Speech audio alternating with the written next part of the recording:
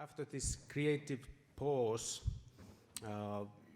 we are going to present Robinhood, a minor asset management cooperative, as it was supposed to be before lunch, and Breda will be then after us. My name is Tere Waden, and this is Daniel Hassan from Robinhood, whom you might already have seen yesterday in the panel on financial inclusion. We are very happy and grateful to be here with this opportunity to present to you some of our ideas, how we feel that the blockchain could help what we do, and then hopefully also get some feedback from you whether what we do is anything nearby, anything interesting or anything like that. And we won't be long, just some like 15 minutes and then maybe some questions if you have anything or like that. So in any case, the easiest way, like Daniel already presented, just to recap, the easiest way to explain Robinhood is to say that it's an activist hedge fund, but with these two strange twists, that it is organized as a cooperation, and part of the profits are, by the statutes of the cooperation, they are invested in projects that we interpret to or see that they somehow create or invigorate the commons.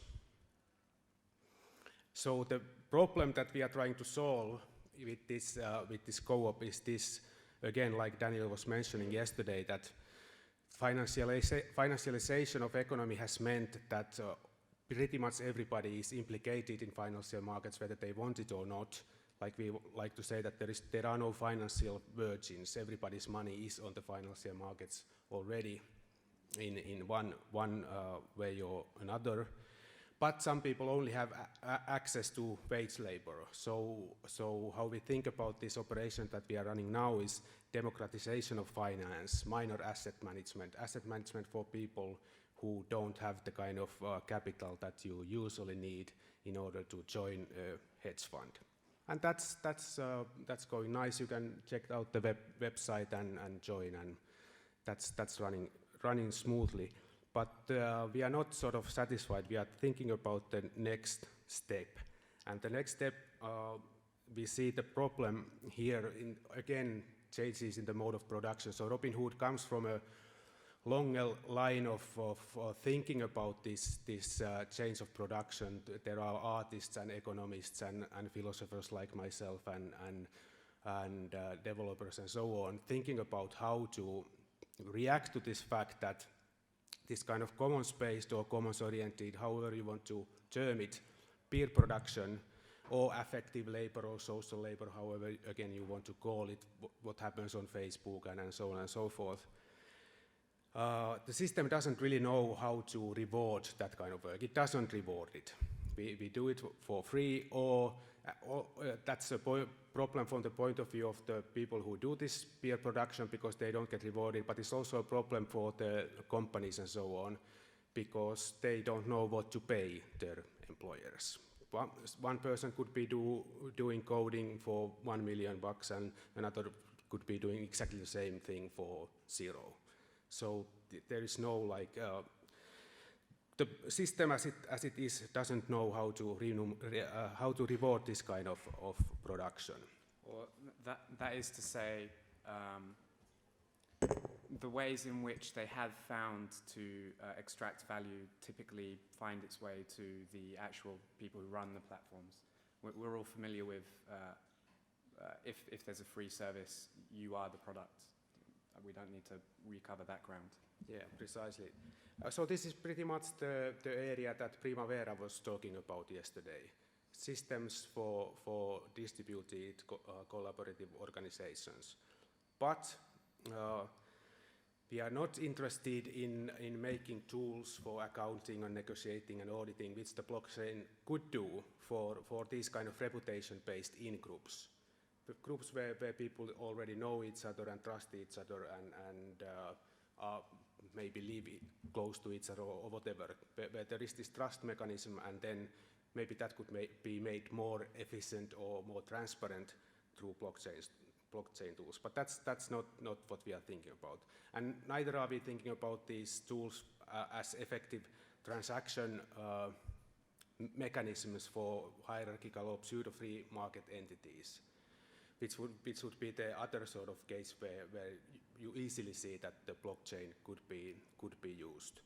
Rather, what we are hoping to do is tools for negotiation, governance, accounting, and so on for these kind of commons-oriented groups or networks. So they are not market operations in that sense that they have this commons-oriented aspect, but they are voluntary in the sense that they are not in-group entities. You can enter and you can exit at will, and there doesn't have to be any reputation building or any sort of that kind of loyalty or trust or anything like that, because that's a part of the problem. That's what we do already, sort of manage our reputations online, digitally, and also adjusting our behavior in order to have a good reputation and so on. And that's not what we want. So that's what we call creating new economic space, tools for this kind of peer production, commons-oriented, voluntary group or network or organizations. Thanks, Sarah. So we were put just before lunch, now after lunch, I guess because we're an organization who in some way traverse old school institutions, but maybe venturing into new spaces. So we've began to establish a reputation, paradoxically, and trust based upon running an old form in a new way, so a hedge fund for the people.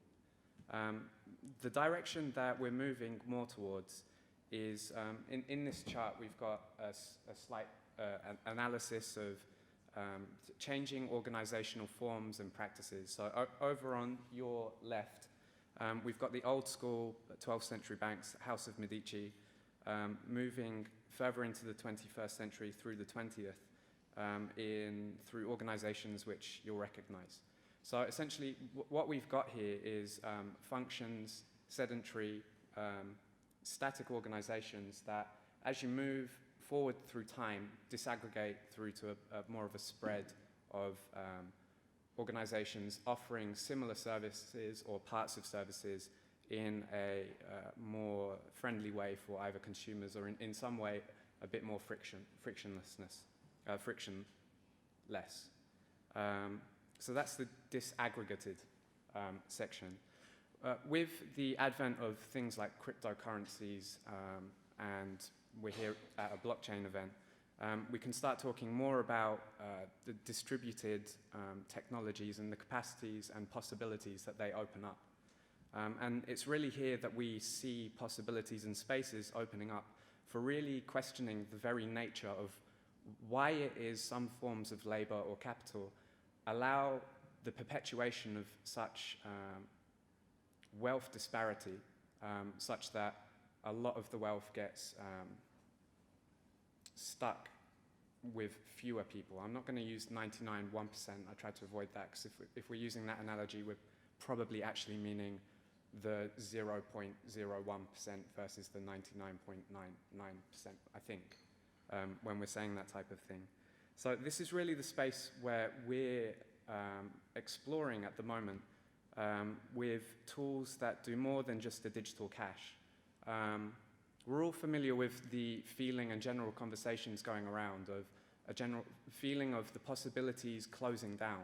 People are working more and more jobs if they have jobs.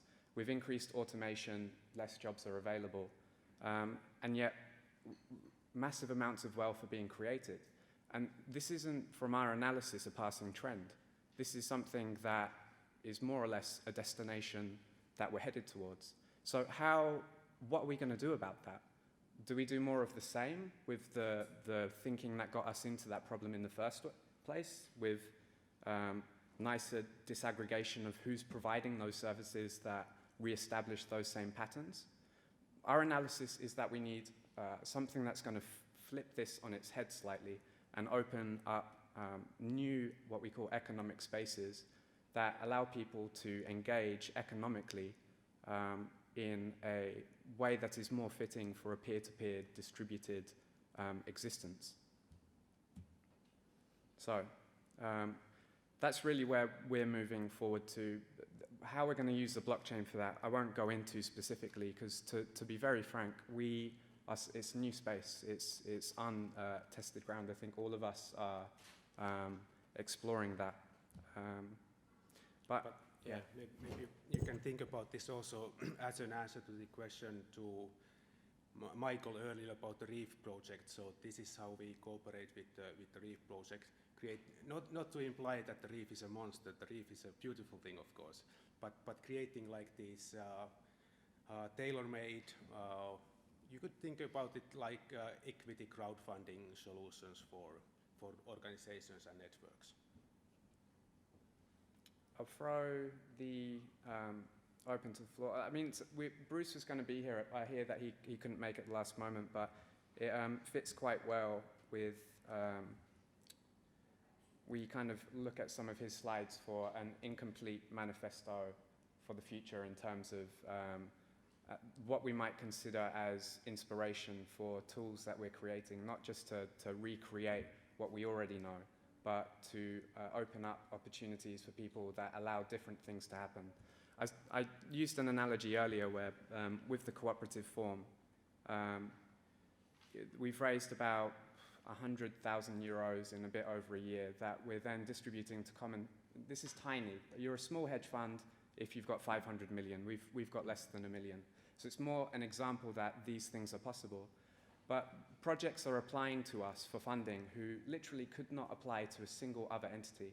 And they've written to us to say the feeling that we had of even the notion that someone might give us money for this project, which isn't valued by the current status quo, be it NGO, be it state, be it corporation, be it privately funded, be it a Kickstarter campaign.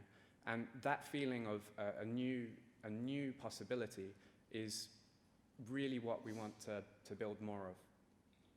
Yeah, maybe that's in the line of the idea that Bruce presents, that begin anywhere.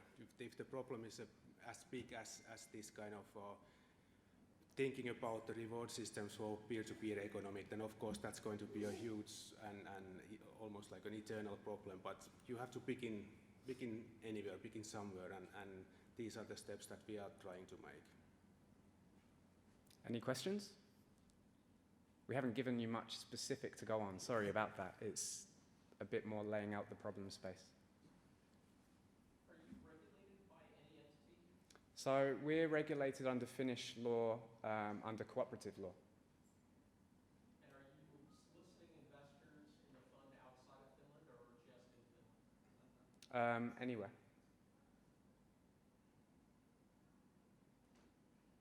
What he's saying is that he's an American, and if you're asking him to give an investment, you've just crossed the line. Into the States. Yes. Yeah. So He's an American, so he is in the US.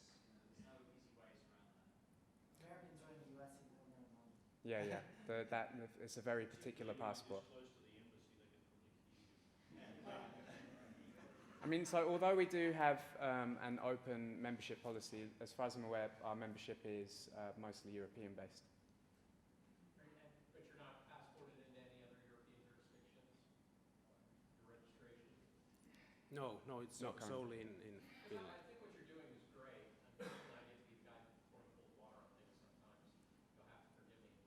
You might want to talk to somebody about making sure you either are registered or that you're exempt from registration in any jurisdiction where people view your platform and they make investments. Because I would hate for a nasty, aggressive regulator from a imperialistic, powerful country to come in and claim that you just violated their laws and try to shut you down or put pressure on your government to shut you down. So That's a really valuable point. I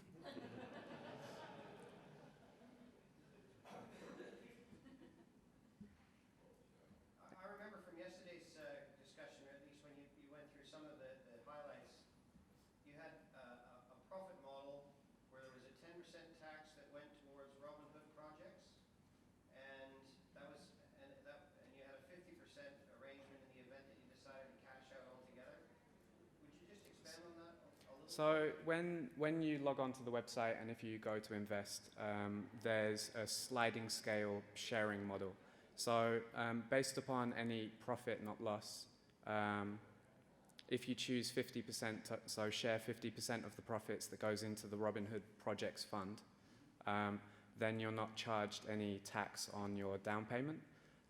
The Robinhood Projects, I mean, really this is just almost a prototype to kind of test the waters to see how things can be done. So we're not saying this is the most efficient way to distribute funds to expand the commons, but people from within, when you join, you have to buy one mandatory share for 30 euros. That gives you the power to propose projects which you would like to see funded. It also gives you the power to put yourself forward to be selected for the selection committee, and every funding period, a random 3 people from within that pool are selected, and then those 3 people have to unanimously agree which projects get what amount of money. There is one control mechanism, which is the board has to agree that the project falls under a definition of commons. Yeah, but the operational point is that you can choose on the sliding scale between 10% for Robinhood, 90% for yourself, 50-50, 80-20, 70-30. I recall there was some incentive for doing that. Was there? I guess the incentive we have with sharing is that we don't tax you on your down payment. Right, okay. All right. And you're also submitting for audit by Ernst & Young, is that right? Yeah, Ernst & Young audits our accounts once a year. But we'll be, as part of cooperative law in Finland, we need to state who's a member of the cooperative. Yeah. And so we figure we may as well go the full hog with transparency. And so we already display what the value of the shares is. So we're going to resemble the share state on a blockchain that's globally auditable at any point. So you're not just waiting once a year for a thumbs up from a trusted entity. Yeah. Got it. But you'll round it all up by, or EY will round it all up when you consolidate at the year end.